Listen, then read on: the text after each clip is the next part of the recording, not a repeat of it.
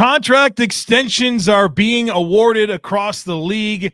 We're going to give you our vibe check on them today on the Locked On NFL Scouting Podcast.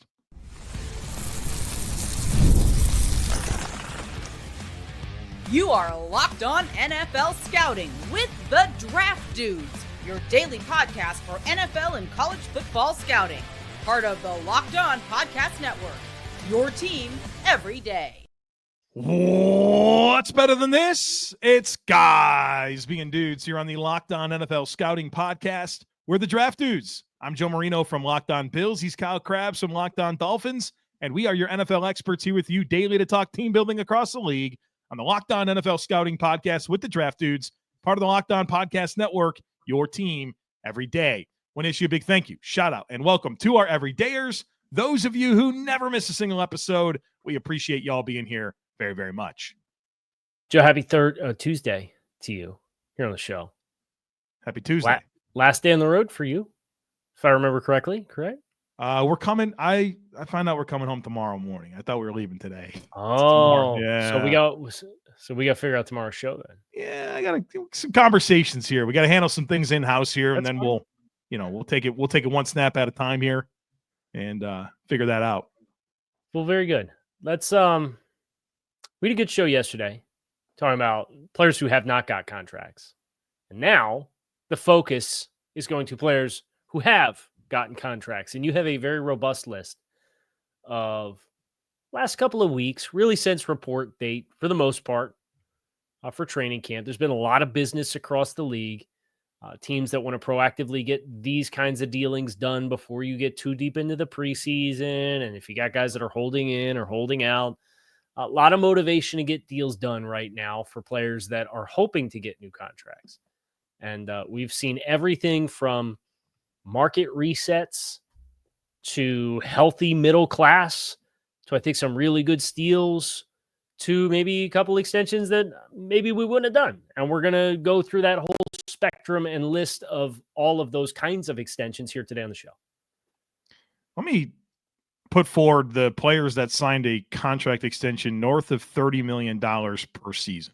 Okay. TJ Watt, 3 years, $41 million per. Garrett Wilson with the Jets, 32.5 per. And Sauce Gardner, 30.1. Two Jets players signing those deals. And then, of course, we have TJ Watt.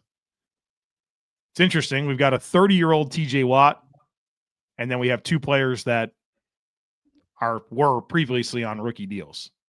The Joe entering Douglas, the 30 million. That's the picture that goes up behind his desk in his office.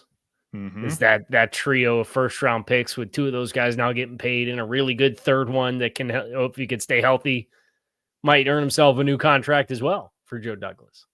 Offensive Rookie of the Year, Defensive Rookie of the Year. I think the only question was Joe Douglas obviously no longer there in New York. Entire change from top to bottom.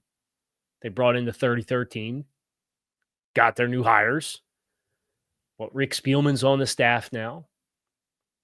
Obviously, Aaron Glenn, head coach. I think the question was, are they still going to be proactive with players that are young players that weren't players that were brought in by this regime? And obviously the answer to that question being yes, it's a matter of they're young cornerstone players that have a health-willing, really long shelf life remaining for their play, and it's only going to get more expensive if you wait to pay those players.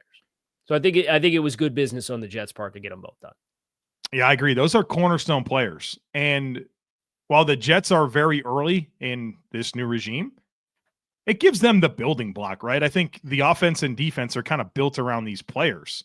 And there's a lot of holes to fill around them. But I think identifying these guys at this point as players you want to move forward with is important because I think it sets up the rest of your build. And we do see regimes take over and they really flush, right? They really want their own players in there.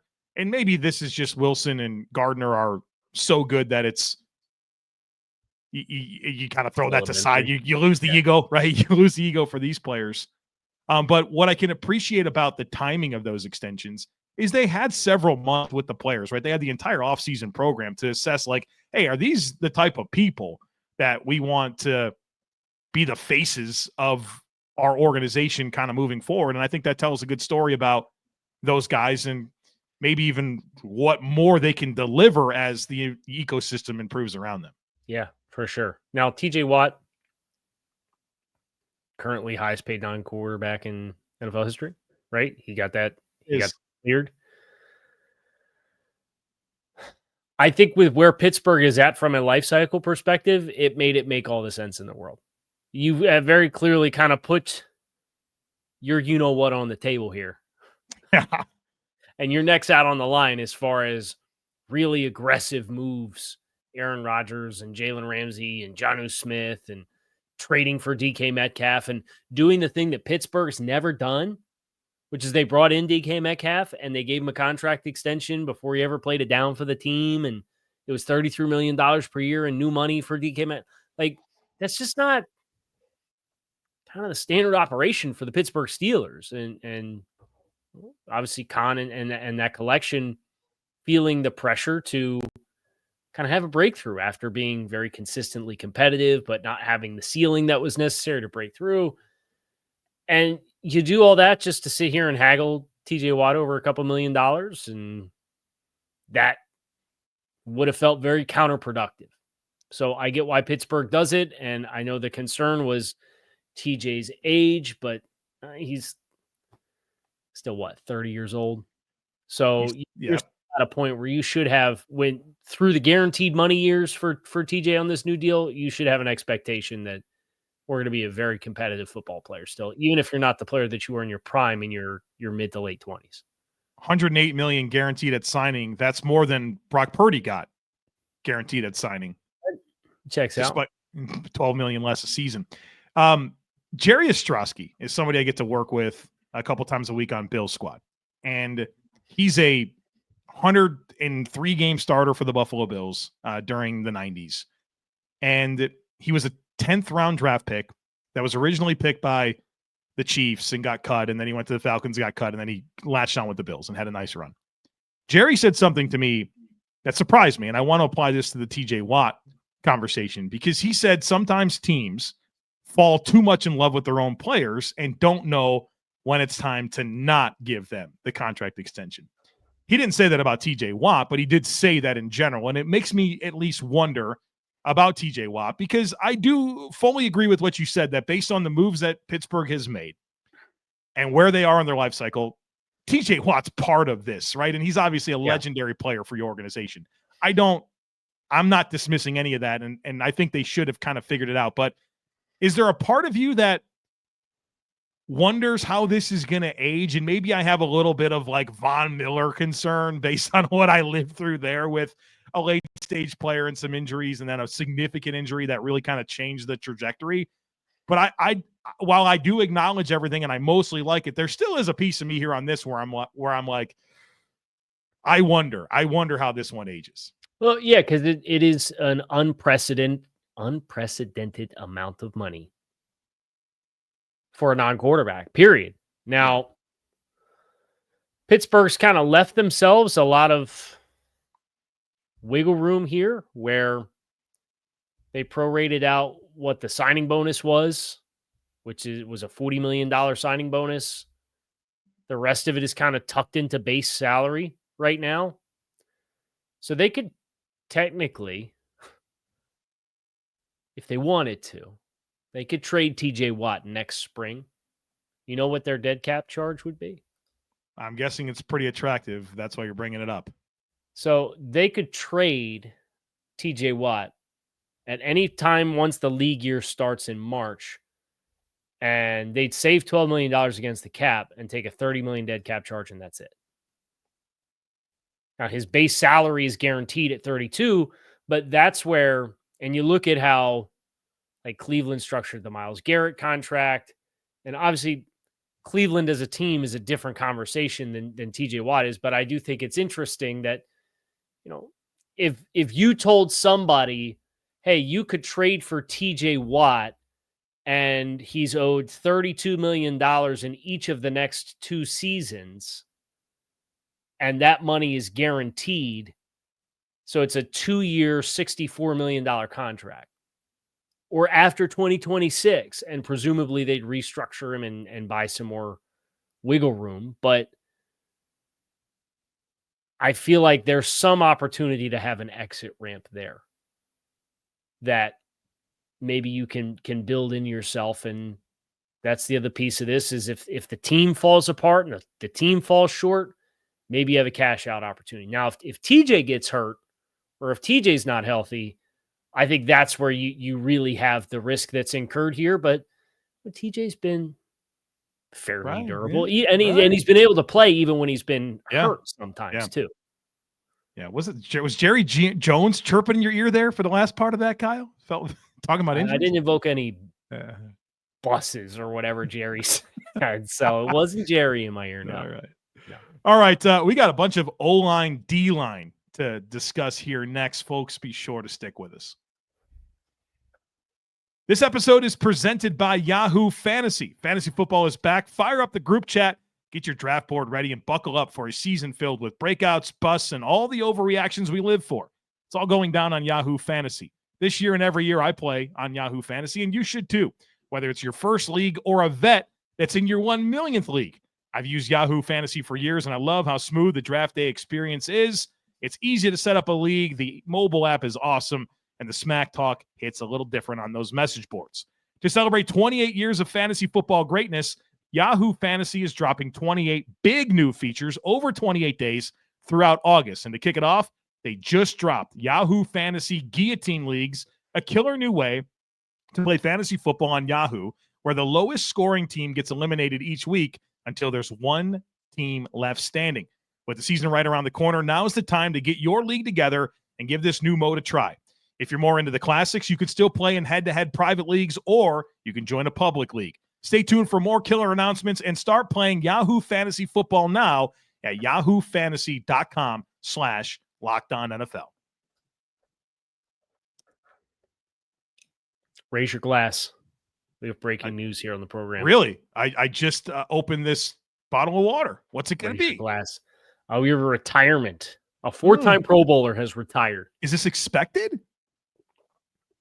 I don't think you'll be surprised. Former top 10 overall pick, 4-time Pro Bowler, 108 games played, retired. Conference? The National Football Conference. Position? Pass rusher. / linebacker, dependent on the scheme. We'll always have that stint he had with the New York Jets. All 3 hours of it. Oh, is this Hassan Reddick? No. Anthony Barr. Anthony Barr. Yeah. All right. Was he on a team? Was he on a team? No, I don't think he was on a team. All right. Well, but retired. Thanks. Jets legend Anthony Barr. One of the most unique evaluations, right? Remember, he was like this pure speed rusher, and you're projecting him to stack backer. That's a good case study to remember. And he had some moments, but I don't know that you would look at his overall career, and I don't think it quite went how I thought it would, but I'll always remember him for being the first hurdle victim of Josh Allen. So are we calling? Would you consider Anthony? He made 4 Pro Bowls. Would you consider Anthony Barr a hit as a 9th overall pick in 2014? I probably, if you make 4 Pro Bowls, that says something, right? You know how many sacks Anthony Barr had in his carear? 4. And I know sacks is obviously, it's a very unstable statistic. It's a very small measure versus pressures and all that, and I get that. You know how many sacks Anthony Barr in his career? 40 is my guess. You're high. Oh, no. You want another guess? 25? You're still high. Oh, no. 18? He had 18 and a half career sacks. Yeah. Oh, wow. Anthony Barr. Okay. So knowing Anthony Barr had 18 and a half career sacks, do you still consider him to be? I don't know. I don't think he wound up playing like more off ball, right? Like, yes. Yeah. That was kind of the question with him coming out was, he was predominantly a pass rusher at UCLA. Yeah, you got to transition him. Boy, it's a shame he didn't get a full run with Flores. the career high for Anthony Barr in pressures, you know what it was? 60. Career high for a single season. I went aggressive. I'm 40. You're too high. Oh my goodness. 27. 20? Oh 20, my 27. Lord. All right, Anthony Barr, you're not who I thought you were. All right, let's go. So let's talk about some of this next group here. Rashawn Slater, man. Rashawn Slater signed a healthy extension, 4 years, $28.5 million per. Yep. We also saw that's a reset, right? It's a market reset. It is. Bernard Raymond with the Colts, he'll be the new poster boy for short arms. $25 million per. So a couple of tackles. Hold on. All three of these guys that are on this list were short arm kings. Is Colt Miller as well? No, Slater. Yeah. Zach Tom and Bernard Raymond. It's a big moment. It's a big moment for sub 33-inch arms. I mean, does Colt Miller really have sub 33-inch arms? No, Colt Miller does not. Colt Miller's long, but it's Zach Tom, Bernard Raymond, and Rashawn Slater. I know. You even said that. You said Zach Tom, and in my mind, I was still rolling with Colt Miller. So, do you know what Rashawn Slater's offensive tackle wingspan was? I don't. 15th percentile. You know what Zach Tom's offensive tackle wingspan was? Probably pretty close to that. 21st percentile. You know what Bernard Raymond's offensive tackle wingspan percentile was? 10%. 15th%. So these guys were all between the 15th and 21st percentile for arm length amongst offensive tackles when they came through the combine. And it sets it's a reminder, right? That reach and arm length and wingspan, is it relevant? Yes. But if you're a functional athlete in the way that all three of those guys were, I think that's where it changes. When you think about the foot speed of Slater, the foot speed of Raymond, and the foot speed of Tom. Yeah. And the short area agility to mirror that all three of those guys had. And, I think back to the Will Campbell conversation that we had before this year's draft, and I asked myself, was I too hard on Will Campbell to have the skepticism that I have? And I don't think Will's a very linearly explosive athlete. I don't think he had the same class of movement skills from a lateral and short area agility perspective that those other guys do. And he's also shorter from a wingspan perspective than every single one of those three players that we just mentioned. You know what Will Campbell's offensive tackle percentile wingspan was? 5%. It was the 0th percentile for wingspan for offensive tackles. So I think it's relevant, but it's also, you see these three guys getting paid, and I think it's a good scouting lesson. But I think it has to come with other things in what you do from a practical application and a testing application. So just put that in the back of your mind the next time you have that conflict about a short arm tackle.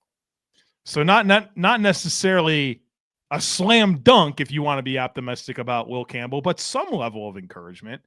I would say with all three of those guys, really exceptional at set points and framing blocks too. They, and the kind of a conscientious of your own skill set and what you have and what you don't have and what you have to be able to do to kind of make up for some other deficiencies. Those guys, you mentioned the lateral quickness, but how that leads to framing blocks, I thought, just thinking about all three of those guys, that's something that they really excel at. Raymond was a freaking college wide receiver when he first got there, and then went to tight end, and then went to tackle.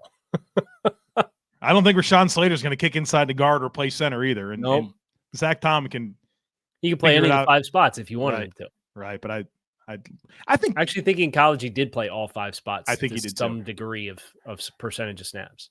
That deal for Zach Tom coming in at 22 feels like a heck of a value. A heck of a value. I mean, and the Packers have cornered the market on that with what the Elgton Jenkins contract was. Yeah. And now the Zach Tom contract. It makes the Sean Ryan signing that much more fascinating.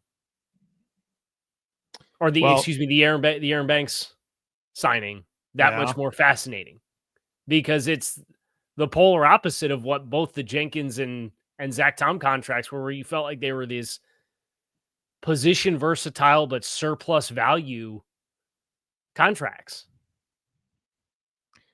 We have a loaded third segment coming up. We want to definitely talk about Zach Allen, Trey Smith, Cortland Sutton, Zach Sealer, George Karlaftis. So many players we could talk about. We'll do that here next. Be sure to stick with us. You ever wish managing your money felt easier with Monarch Money? It can. Whether you're growing your savings or planning for a big purchase, Monarch puts you in the driver's seat. It's like having your own personal CFO, giving you full visibility and control over your finances. Monarch Money is more than a budgeting app. It's a complete financial command center. You can track all your accounts, investments, and spending in one place. So in addition to managing your money, you're also building wealth. When I first started using Monarch, I realized just how much I was spending on food delivery. Now I budget smarter and I save more. It's surprising how much certain spending habits can add up, and Monarch makes it easy to identify them. So take control of your finances with Monarch Money. Take our promo code LOCKEDONNFL at monarchmoney.com for 50% off your first year. That's monarchmoney.com, code LOCKEDONNFL for half off your first year.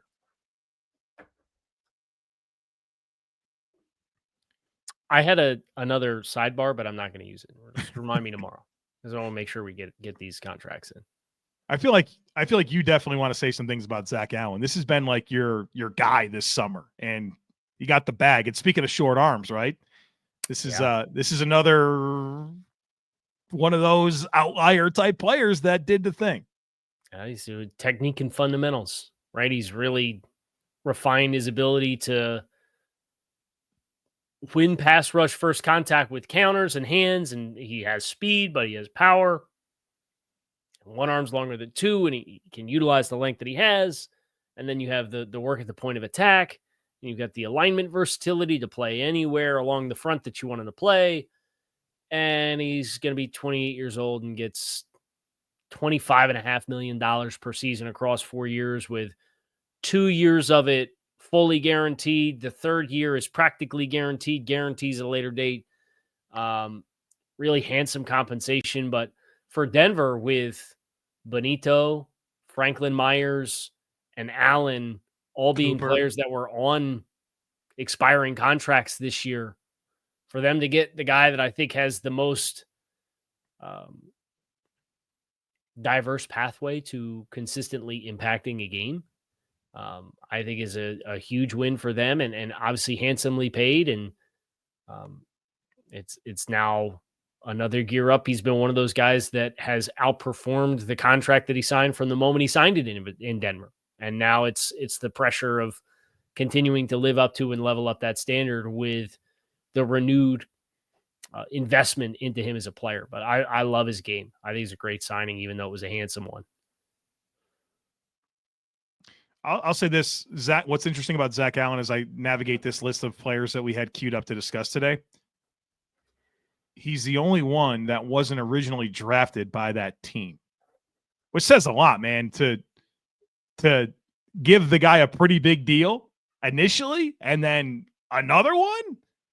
That's pretty strong. And when you find a free agent hit that was like a middle class signing and you figure out that guy's a hit, man, you really want to hold on to that guy, right? Like, he's culturally what you want to be as a player.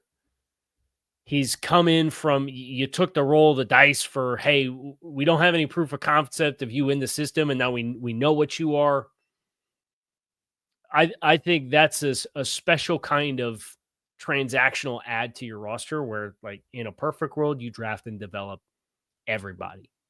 But it's a finite resource league, and you sometimes have the opportunity to spend money. So when you find guys that, I don't know, do the Bills have an example of a player like this who they signed in free agency and it became very apparent very quickly? Jordan Poyer, right? Micah Hyde. And you hold on to those players because they affirmed what your vision for is. And I think that gives you some confidence for your evaluation of guys coming in and evaluating outside and extrapolating traits and projecting it into your system. And if you do that a couple of times, you could really get some positive momentum going with how you build your roster. Did I overlook Zach Sealer? What's his origin story? Has he always been a Dolphin? Zach Sealer, you did overlook Zach Sealer. Raven, Zach Sealer right? was Ozzie Newsome's last draft pick. Oh. Not many of those get away. So he was cut twice by the Ravens. The second time the Dolphins claimed him off the waiver wire in 2019. And then they brought him back as a restricted free agent. And he's just consistently leveled up his game ever since. But he didn't really play meaningful snaps until December of his second year in the NFL. Because he was a late blooming Division II from Ferris State, 7th round draft choice. But the same thing as the Zach Allen thing, where not the team that drafted him, but you pluck that player. You have a vision for that player. This is his third contract in Miami now, because he got a contract ahead of 2023 that was like $10 million per season, and he's blown that out of the water. 23 and 24, he had double-digit sacks. What's your stat on him over the last 2 years? He's 13th in the league in sacks. Yeah. Good player. And not many I don't think there's any other defensive tackles that have double-digit sacks in each of the last 2 seasons. He's done it. Yeah. That was the highlight of training camp this year, was going down, and I asked him about the art of a good pick stunt. Because for like his sack production, like he's a really good like twist and game and pick stunner. And he talked about how everybody, whether it's verbal cues or nonverbal cues, feeling each other, knowing what the coverage shell is behind you and where you have opportunities to take liberties and play games, and having that nonverbal body language communication and feel for the other guy to know when to stunt or when to spike or when to. It was really cool.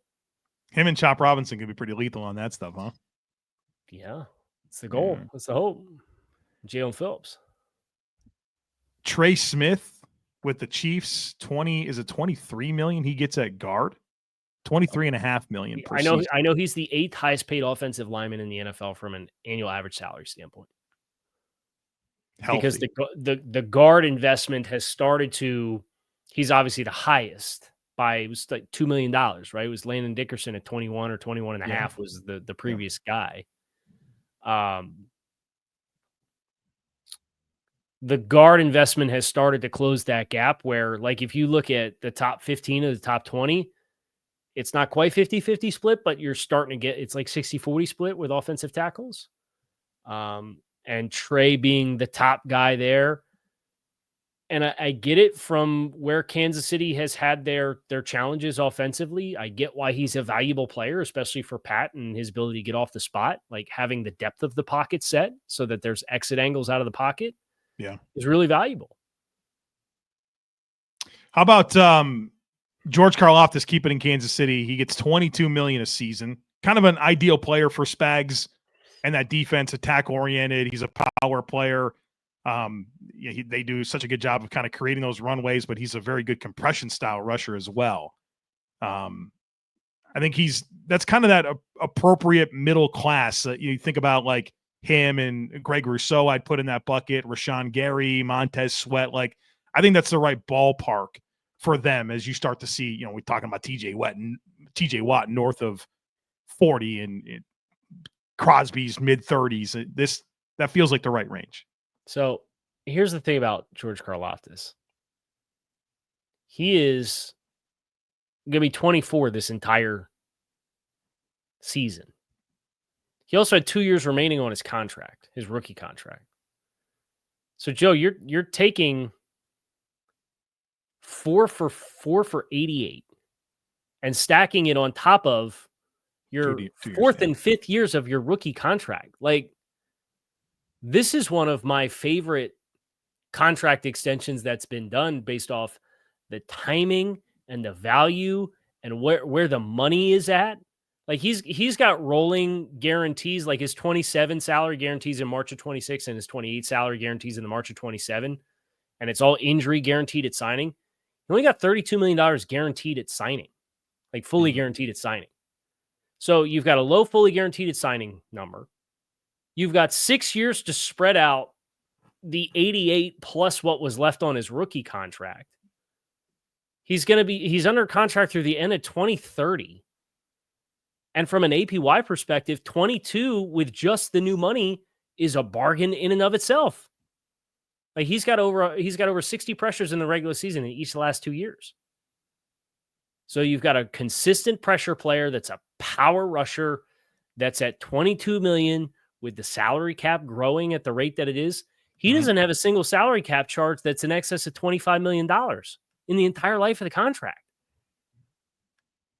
And that's without them doing any funny money with the base salary. Like they didn't do option bonuses or anything like that. It's an awesome contract for Kansas City, I think. Close on Courtland Sutton. I know we talked about him a little bit yesterday in the Terry McLaurin conversation, but 4 years, $23 million per. Looked really strong with Bo Nix.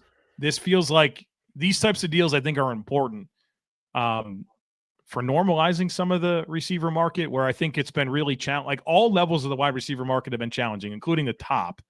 And then, all right, with the top now being north of 40, like 30 felt like a lot. And now that's still a lot, but not everyone's in that bucket. But like the 20s and, like the middle class of receivers feels like a challenging bucket. And Courtland Sutton at 23, I think will help shape some of that moving forward. So here's my favorite stat for the Courtland Sutton contract, because we're foiling Courtland Sutton versus Terry McLaurin, right? And Terry McLaurin signed his contract extension in 2022. You know what the difference is from the APY of what Terry McLaurin's old contract was that he signed in 2022 versus what Courtland Sutton just got now? I'm fascinated to find out. It's less than $300,000 annual average difference. Wow. So Terry got 22.788 in 2022, and Courtland Sutton got 23 last month. Amidst the wide receiver market exploding in the way that it is, salaries exploding the way that they are, the general inflation of the dollar from an NFL perspective, and what now Terry McLaurin's looking for. It's a great contract, I think, for Denver. I think so, too. I like it. That is going to do it for us here today on the show. Joe and I have to offline figure out what the plan is for tomorrow, so we're going to go do that now. And you can all go enjoy the rest of your day. Keep your eyes peeled for whatever news comes down the pipe, and we will react to it here on the show. Kyle Crabbs, Joe Marino, Locked On NFL Scouting. We are out of here.